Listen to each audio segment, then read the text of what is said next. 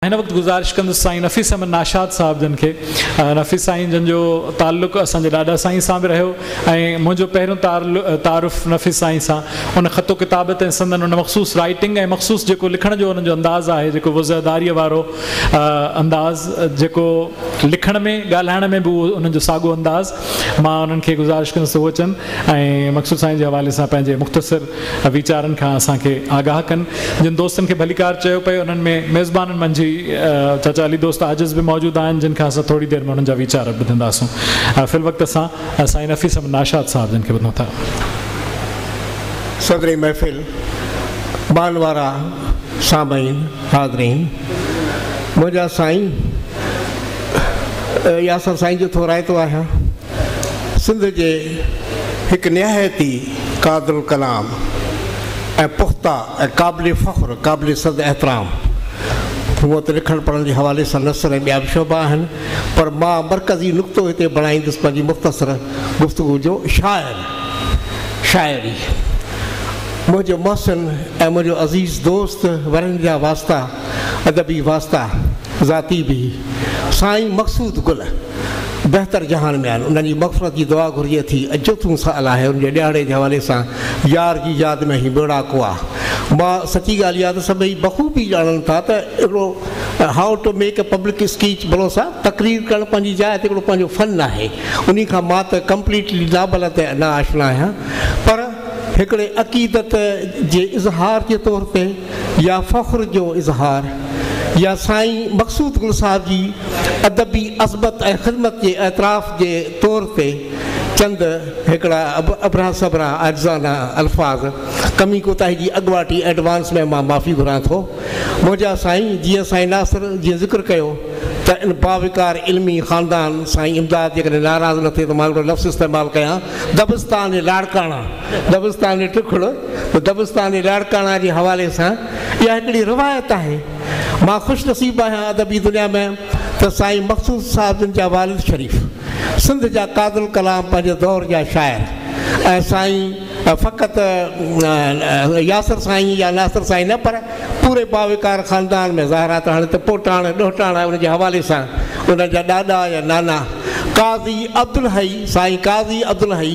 क़ाइल संदन तख़ल्लुस, पर उन वक़्त जे रिवायतनि मुताबिक़ साईं सरबा सरशारी बि हिकिड़ो सिलसिलो आहे जंहिं मौज़ू खे हींअर पाण टच कोन था कयूं। त काज़ी साहिबु अब्दुल हई क़ाइल सरशारी साहिब सां मूंखे न्याज़बंदी जो ऐं उनजे दस्ते शफ़क़त जो हिकिड़ो शर्फ़ हासिलु रहियो आहे,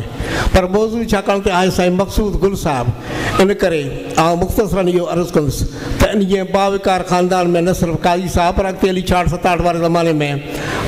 साईं ख़िज़र आयात साहिबु हूंदा। मंज़र जी त ॻाल्हि तमामु बाद वारी आहे, पर साईं ख़िज़र साहिबु जॾहिं यूनिवर्सिटी बहिराण कॉलेज, यूनिवर्सिटी कान थी, इंजीनियरिंग कॉलेज जो पढ़णु आया यूनिवर्सिटी में 66-67, तॾहिं खां वठी त इन ख़ानदान जे मुसलसल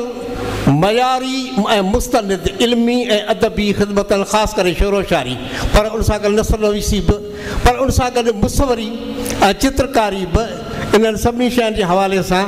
ज़ाहिरात असांजी दिलि में, असां सभिनी जी दिलि में, मां त ख़ासि तरह सां कुझु बहिराण साले जे हवाले सां, कुझु ॿियनि हवालनि सां कुझु वधीक राब्तनि में जो रहियुसि, त इन हवाले सां इहा हिकिड़ी फ़ख़्र जी ॻाल्हि आहे। समूरे ख़ानदान जे इल्मी अदबी सक़ाफ़ती ऐं मुसवराना या इन फ़नी फ़नून लतीफ़ा जी ख़िदमतनि जे हवाले सां असांजे ख़ानदान ते हिकिड़ो मुस्तक़िल सलाम आहे। पर ख़ासि तरह सां मां मुख़्तसर इहो अर्ज़ु कंदुसि त साईं मक़सूद गुल साहिबु मुंहिंजो पंहिंजो ज़ाती महिरबानी हीअं हो, सन मूंखे यादि न आहे, ग़लति ॻाल्हि कान कबी, अलाए कहिड़ो सन आहे 86-87 या छा, या में बि अॻुवाट हुजे, पर जॾहिं खां वठी सघनि हिकिड़ो बहितरीनु दिलि खे छुहंदड़ ऐं हिकिड़ो दिलावेज़ जेको शेर,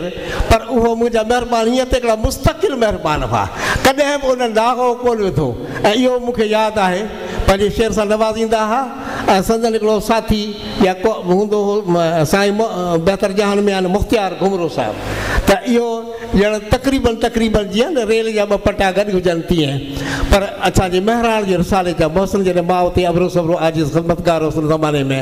अॻिते हली मां भाउ तक़रीबन 20-25-30 साल खां पोइ साईं इमदाद हुसैनी साहिब जो बि प्यार जो हथ सां गॾु हो बुज़ुर्गाना, उन दौर में बि वेंदे हिकिड़ो दौरु गुज़रियो, साईं दौरु गुज़रियो,